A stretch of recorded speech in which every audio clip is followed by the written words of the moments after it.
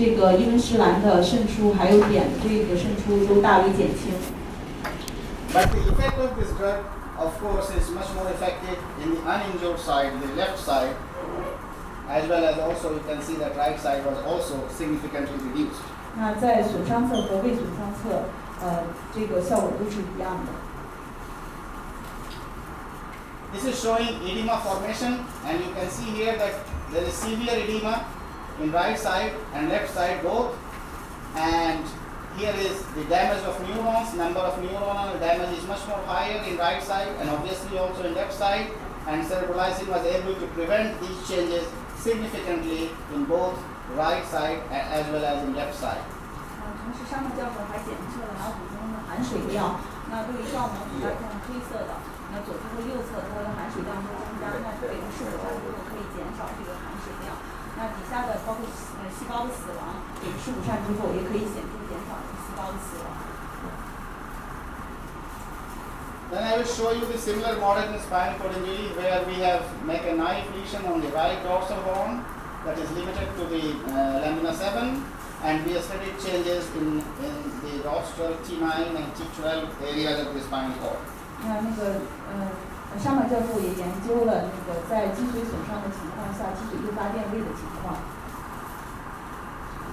There is also a thesis done on role of cerebrolizine on a spinal cord injury by one of my students in Uppsala University in relation to nanoparticle treatment. 那沙马教授一位学生也做了一个视谱上和纳米颗粒治疗在脊髓损伤中的一个作用。Now here you can see there are 4 images and they are showing leakage of albumin, and we can see that after a spinal cord injury there are leakage of albumin in both sides, T9 and T12, and you can see that here treatment with nanoparticles has aggravated this leakage of evansable albumin, means there is more increase in permeability. 在损伤之后，大家可以看到白蛋白的渗出大为增加，可以看到左侧这边是白蛋白的渗出。那视谱上跟这个纳米技术进行联合之后，可以看到这个白蛋白的渗出就大为减少。This is another example showing activation of astrocytic protein, and here you can see that as compared to the normal cases, nanoparticle treated showing much more aggravation of astrocytic activation. 那这张图也显示的采用纳米技术之后，这个结果更好一些。The neuronal damages here as compared to the untreated injured group, we have more damage when we have given nanoparticles as a pre-treatment. 再用纳米的就是微粒再进行预处理之后，这个细胞的损伤要增加。This is another example where there are nanoparticles injected and all areas of the spinal cord showing much more higher damage than the saline treated spinal cord injury alone. 那如果是就是用纳米的这个颗粒预处理之后，可以看到这个损伤的程度都要大为加重。We use nanoparticles because they are present everywhere, and in certain environment when people are breathing these nanoparticles, or even in motor vehicle exhaust, these nanoparticles can enter into the brain through respiratory route, and in these circumstances when an injury occurs like motor vehicle accident, the pathophysiological outcome will be much more severe. So this is the message from these experiments. 那这个纳米颗粒实际上就是小微尘的小微粒，那这里面采用小微粒来加重损伤，是因为我们在日常生活中，比如像吸入性的就是在污染严重，这个吸入性损伤会加重。那如果在这种情况下，如果发生颅脑损伤的话，这个病情就会加重。So the idea is that if our body is complicated with nanoparticles, even if we have hypertension or diabetes, for example, if we get injury, the severity is much more higher. So due to lack of time, I am not showing those results, but I am showing only some effects of nanoparticles, and therefore we need to modulate the drug dose or need to change the strategy for drug delivery. 刚才讲过，就是这种微尘的这种会影响这个预后。那比如高血压呀，或者是比如之前还有那个就是高血糖，有这样的疾病，它也会影响这个患者最终的预后。因为时间关系，就是高血压、高血糖对这个预后的影响，我这里面都不会做详细的阐述。那主要是关注在这种微尘的这种对那个损伤的情况。So therefore, we wanted to deliver cerebrolizin using nanotechnology, and this is Dr. Ryan Tian and this is Dr. Wang. They are working in University of Arkansas Fayetteville, and they have the patent for nanowiring. We use their help to nanowire cerebrolizin. 那沙马教授想出一种新的技术，就是一种是纳米技术，然后他是跟那个就是美国的2位那个美籍华人，然后合作，来研究这个就是纳米技术的那个在损伤中能怎么来改善这种最后损伤的预后。Although I must tell you that the father of nanowire is Dr. Pudong Yang from the University of Berkeley, but he works in electronics aspect, but we are working on its use in biological application. 那这种纳米连接技术其实最早研究的是那个也是个美籍华人，他是在美国伯克利，但是这个美籍华人他的研究领域是集中在电子领域，而沙马教授他这块是集中在医学这个方面。And since nanowire technology is very expensive, we are using titanium nanowire. We must need the support of our governments, and we are very happy that the Swedish Prime Minister and Swedish government are really supporting our project in this area.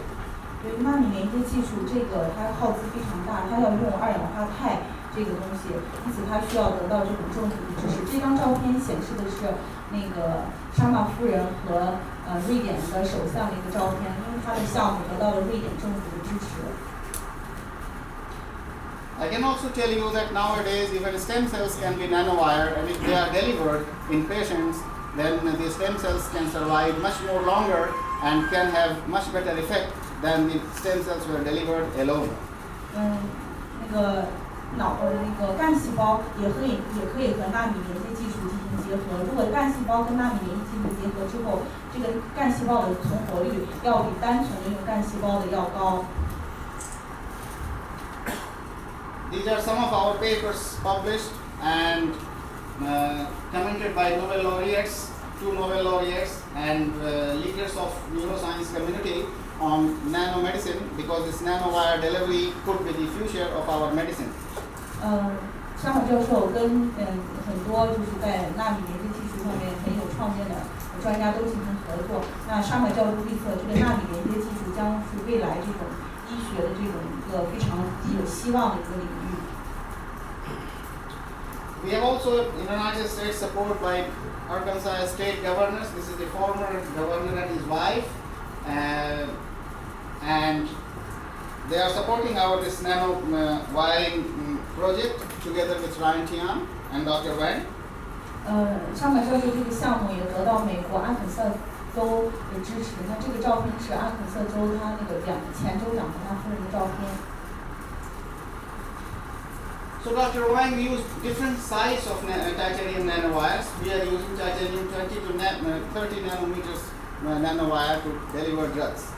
就2氧化钛那个纳米连接技术，它使用的这个装置，它的大小不同。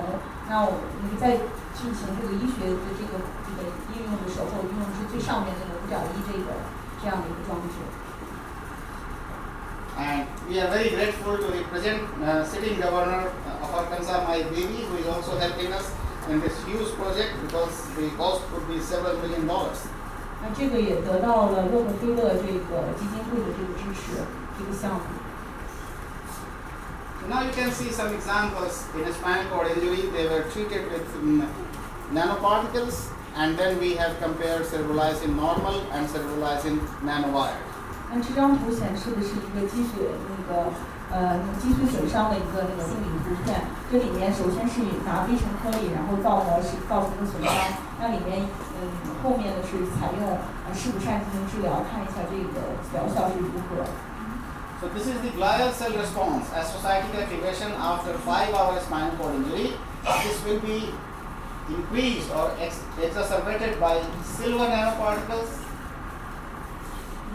那 Yeah, you can. 那在左上角 A 图的话，就是单纯的一个继续损伤的模型。那这个 B 图是用这个微粒，就是银这个颗粒，然后加重损伤的一个模型。When cerebralizing was given in silver nanoparticle treated spinal cord injury, there were some neuroprotection, but they were not good. But when we have given nanowire cerebralizing, you can see that the results are much more better, even they were combined with silver nanoparticles or copper nanoparticles. 可以看到，就是在这个造梦之后，进入视谱上进行治疗，大家可以看到细图，这个右上角这个细图，这个是有一些效果的。但当视谱上和他们那个纳米这个连接技术进行结合的时候，这个效果就是更加明显。And when we discussed this our result with the chemistry Nobel, this is Aaron Trichonova, who got Nobel Prize in chemistry in 2004. He also thinks that this is the way we should proceed now to treat neurological patients. 那在2004年获得诺贝尔奖的这个 Lawrence 这个教授对那个沙马教授的这个纳米连接技术也非常感兴趣。So coming back again, what is the role of blood-brain barrier or blood-spinal cord barrier? I am showing you some examples here. That the spinal cord injury produces leakage of lanthanum in the endothelial cells here and here, and also these endothelial cells are infiltrated with lanthanum. When we give any drug, in this case this is indomethacin, you can see we can prevent this leakage of lanthanum, and there is a neuroprotection. So whenever we have neuroprotection by any drug, including cerebralizing, we have neuroprotection. 上面那个图形是显示在那个脊髓损伤的时候，可以看到这个染料的渗出增加。那当用下边这个地图是用银朵镁锌这个一处理之后，可以看到有一些保护作用，那这个染料的渗出就减少，那视谱上也有同样的作用。Another example I am showing you with cerebralizing on electrical activity. Since you are neurosurgeons, you are much more aware about the evoked potentials. In normal spinal cord injury, the negative amplitude is very high, and as you can see here in microvolt, after spinal cord injury, it immediately diminished to 0 level. And when we have given cerebralizing, then you can see that at least we have saved the initial drop of amplitude for 2 hours, and that is very good in case for patient treatment. 那沙马教授研究了这个诱发电位。那在那个脊髓损伤的时候，这个诱发电位就基本上就到成了0。那采用视谱上治疗之后，可以看到有非常明显的恢复，基本上恢复到那个未损伤之前。But unfortunately, as you are aware, that it is very difficult to have this latencies increased to stop in spinal cord conduction studies. So although here the latencies are always increased after injury, cerebralizing has mixed effect. It was not significantly reduced the latency increase after trauma. 大家知道，在这个潜伏期的这种影响是非常深远的。那在发生损伤之后，可以看到这个潜伏期这个有增加，但是采用视谱上治疗之后，这个效果并不是特别明显，在潜伏期这个改变上面。And these are normal cerebralizing. We have not done a study with nanowire cerebralizing. Maybe this can also reduce the latency. 那这个的话，只是采用就是没有和那个纳米连接技术进行结合的这个视谱上，不过有可能跟纳米连接技术结合来，可能效果就不一样了，就更加不一样。So what could be the basic mechanism by this cerebralizing can reduce cell injury after trauma? The point is that I have shown you that all kind of traumatic, ischemic or anexic insult produces cellular stress. 那视谱上在那个保护那个在损伤之后产生保护作用，具体是什么样的一个机制呢？下面是那个沙马教授会跟大家一一讲解。So CFOS is a proto-oncogene that is a marker of neuronal activation or probably stress. Here you can see that cerebralizing treatment reduced CFOS upregulation after spinal cord injury.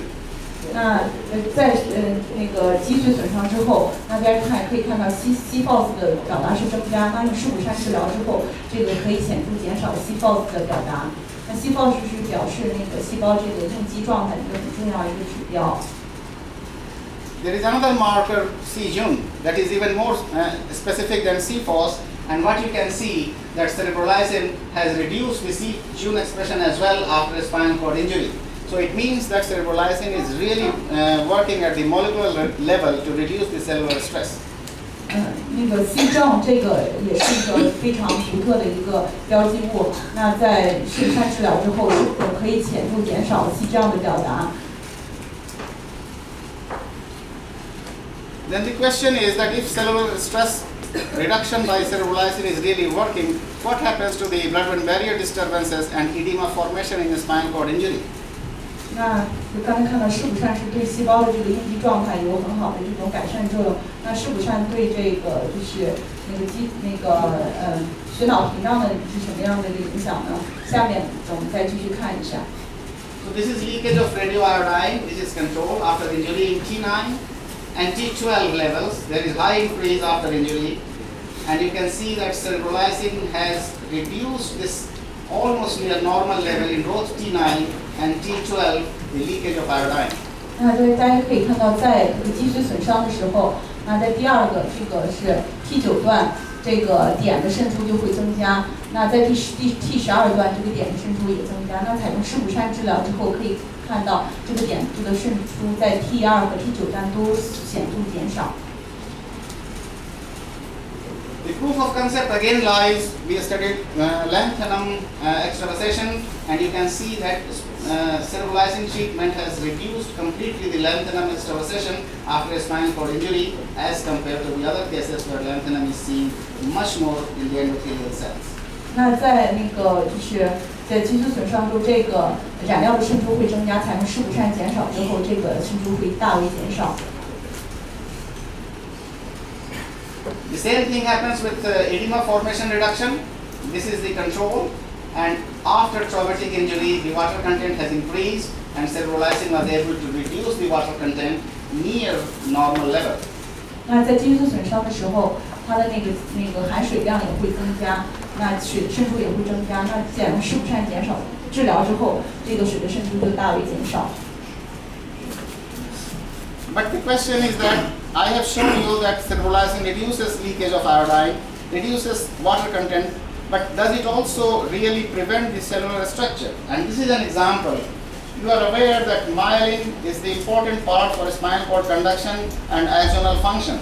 So in untreated group, you see that this is the splitting of myelin. The technical term is myelin vesiculation, and I have compared with endomethacin. This myelin vesiculation is better than untreated one, but cerebrolizing has one of the best effects in our hand given in a spinal cord injury. 大家刚刚那个上面教授介绍了，肾补疝可以这个减少那个伊维斯兰还有碘的渗出，很好的保护血脑屏障。那么肾补疝对这个细胞的结构有没有什么保护作用呢？这张图就显示了，大家可以看到最左侧这个图就是未治疗组，这个可以看到这个脱髓鞘这个非常严重。那中间就是采用对照组用那个银朵美辛治疗之后就有一点改善。那是最右侧的这个是用肾补疝治疗之后，这个效果是最好的。And as I remind you that we have very long connection with Professor Fung. He is Professor Fung, and we visited Shijia Zhuang. I think this is in 2010, and we have developed a strong correlation, a strong relation on research, and we would like to do the same thing because this is good for science and good for collaboration. 那这张图大家可以看到，右侧这边是冯教授，那上面教授跟冯教授在基础研究领域进行了广泛的合作，那他也希望这个合作会长久继续下去。So finally, what could be the link between cerebrolizing and neuroprotection? I believe this is cellular stress that is more important. And what is the proof for that? So we have studied heat shock protein. This is a stress protein. You can see that untreated group, many neurons and even glial cells were positive for heat shock protein. But after cerebrolizing plus injury, you can see that the expression of heat shock protein is much less seen here. It means that anti-stress or cellular stress effect of cerebrolizing could be important, and this is also true in a stroke, trauma, hypoxia, or many other kinds of diseases. 那就刚才讲的肾补疝是对氧化性机制有用，那这个到底是什么样的一个机制呢？这个是沙马教授研究发现，肾补疝可以减少这个热休克蛋白的表达。那大家知道，这个热休克蛋白跟创伤啊，还有那个就是卒中啊，还有那个就是缺氧性脑病啊，这个都有很密切的联系。If our hypothesis is correct, in last 5 or 6 slides, I will show you what happens in traumatic brain injury or closed head injury. So what we have done, that we have given cerebralizing 2 hours after, in this case, closed head injury, and these are the untreated group. This is the leakage of iodine compared to untreated, severely reduced. Edema formation is also severely reduced. And what happened, that the blood flow is reduced, but with good treatment it has increased and cell injury is reduced. But look, the same thing, nanowire cerebralizing was given 2 hours after. You can see how dramatically these figures are further reduced and increased the cerebral blood flow and reduce the cell injury. So my point is that if nanowire cerebralizing is given after 2 hours in this model, it is much more effective, I think 200 to 300% more effective than the cerebralizing given alone. 这张图显示了那个施普善在对那个闭合性颅脑损伤的一个治疗的一些参数。大家可以看到第一行的话是就是损伤5小时之后可以看到碘的渗出，还有水肿的这种增加，还有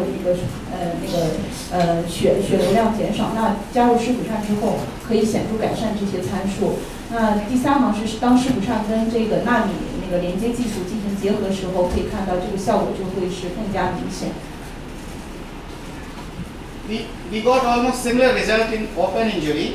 Also nanowire cerebralizing given 2 hours after is much more beneficial than the cerebralizing given alone as compared to the untreated group in all aspects. Cerebral blood flow is enhanced, cell injury is reduced, and edema formation is reduced, as well as leakage of iodine is reduced.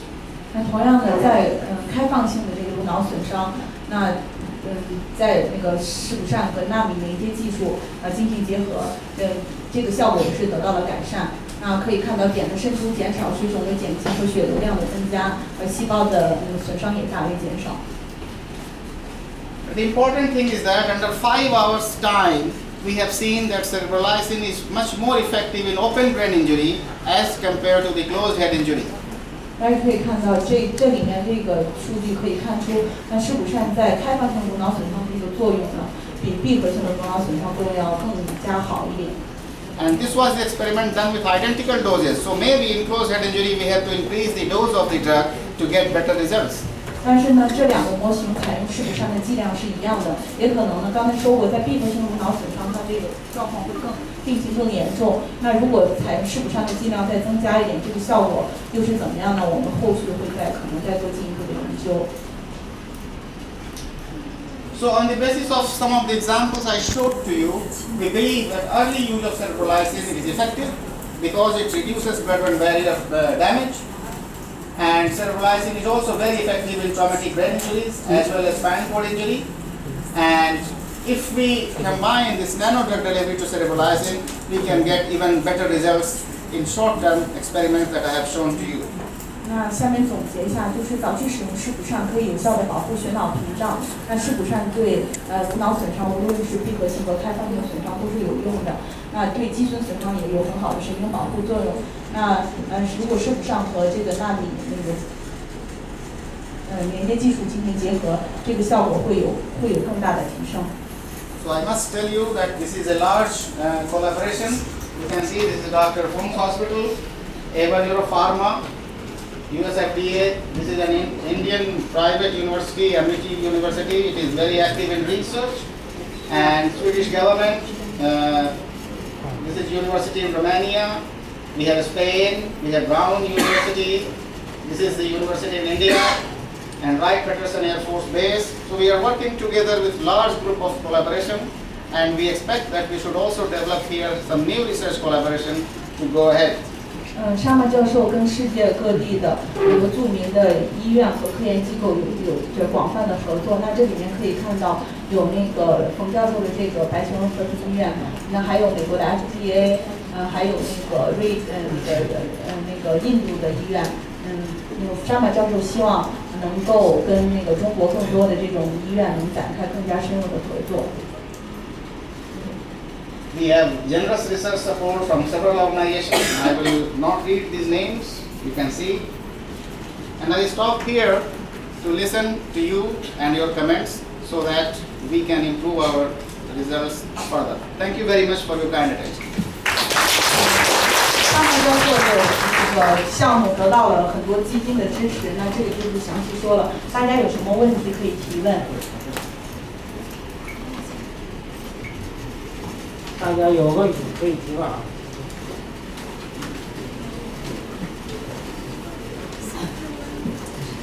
非常感谢夏面教授在神经保护和神经重塑方面的精彩讲解，那我们也对事故站有了全新的认识。由于时间关系啊，咱进行下一个演讲。下一个讲的题目是这个静态性脑卒中的治疗和新进展。讲解是由冯连渊教授讲的。冯连渊教授是白求恩国际和平医院的神经内科主任医师、教授，河北医科大学硕士研究生导师，河北省神经学会副主任委员，北京军区神经学会副主任委员，现代电生理杂志